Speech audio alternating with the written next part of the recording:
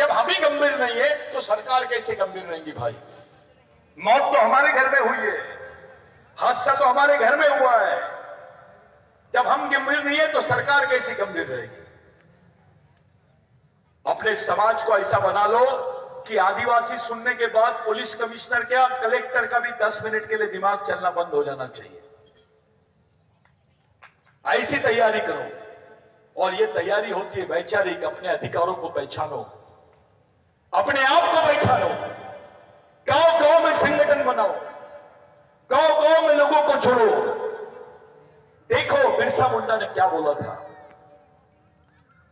उनके विचार क्या थे, टंटा भील के विचार क्या थे। उम्र के 22 साल में बिरसा मुंडा ने बोला था, समाज आर्थिक रूप से गरीब रहेगा चलेगा, लेकिन विचारों से गरीब नहीं रहना चाहिए। जो समाज विचारों से गरीब रहता है वो गुलाम पैदा होता है और गुलाम ही मर जाता है। ये वैचारिक गुलामी हमको निकालनी पड़ेगी।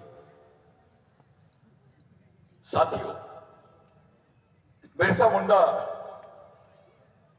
अपनी उम्र के 25 साल, जब मूंछ का बराबर मूंछ भी नहीं आती है, अब तो लोग बिल्कुल जीन्स विन्स पहन के खड़े हो जाते हैं।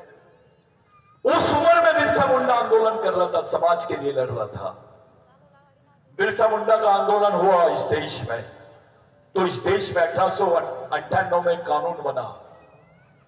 उस कानून का नाम था लैंड एक्विजिशन एक्ट, भूमि संपादन अधिनियम। उस कानून में लिखा हुआ था कि आदिवासी की जमीन गैर आदिवासी आदमी नहीं ले सकता है, और गैर आदिवासी तो क्या सरकार भी नहीं ले सकती है। अगर वो कानून नहीं रहता तो तुम्हारे पास 2 एकड़ 3 एकड़ 5 एकड़ जमीन भी नहीं होती। जो जमीन भगवान टंटा भील ने दिया वो जमीन ये लोग छीन लिए रहते हैं हमसे। ये इसलिए मैं इनको भगवान भगवान बोल रहा हूं बार बार। ये जिंदा भगवान है हमारे, काल्पनिक भगवान नहीं है। चलो हाथ उठा के बताओ कौन से भगवान ने तुमको जमीन दिया, नाम बताओ, जल्दी बताओ।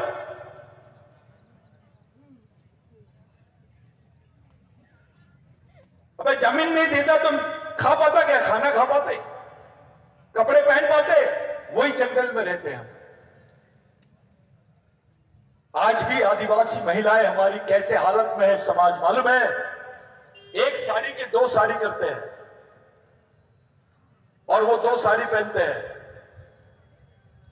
ऐसे भी परिवार देखा हूं मैंने, मेरे साथ हुआ है ये, मैं कोई ऐसी बात नहीं कर रहा हूं।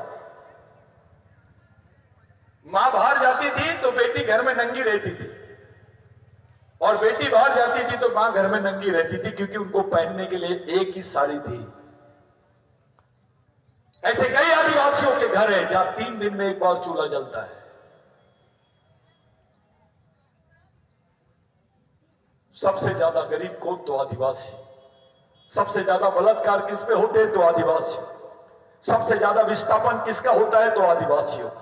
सबसे ज्यादा जमीन किसकी छीनते हैं? तो आदिवासियों। तुम्हारे साथ क्यों? आदिवासियों के साथ में क्यों? कभी सोचे क्या? शाहरुख खान के पैर में दर्द होता है तो पेपर में आ जाता है। रामदेव बाबा को बुखार आ गया तो पेपर में आ जाता है।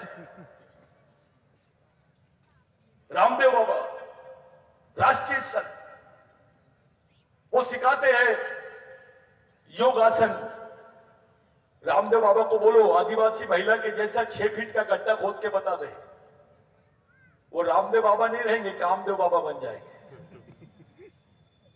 आदिवासियों को किसी योग फोक की जरूरत नहीं, क्योंकि वो दिन भर मेहनत करता है। बिगर मेहनत के, बिगर पसीना गिरे वो रोटी को हाथ नहीं लगाता है। ये संस्कृति है आदिवासियों की।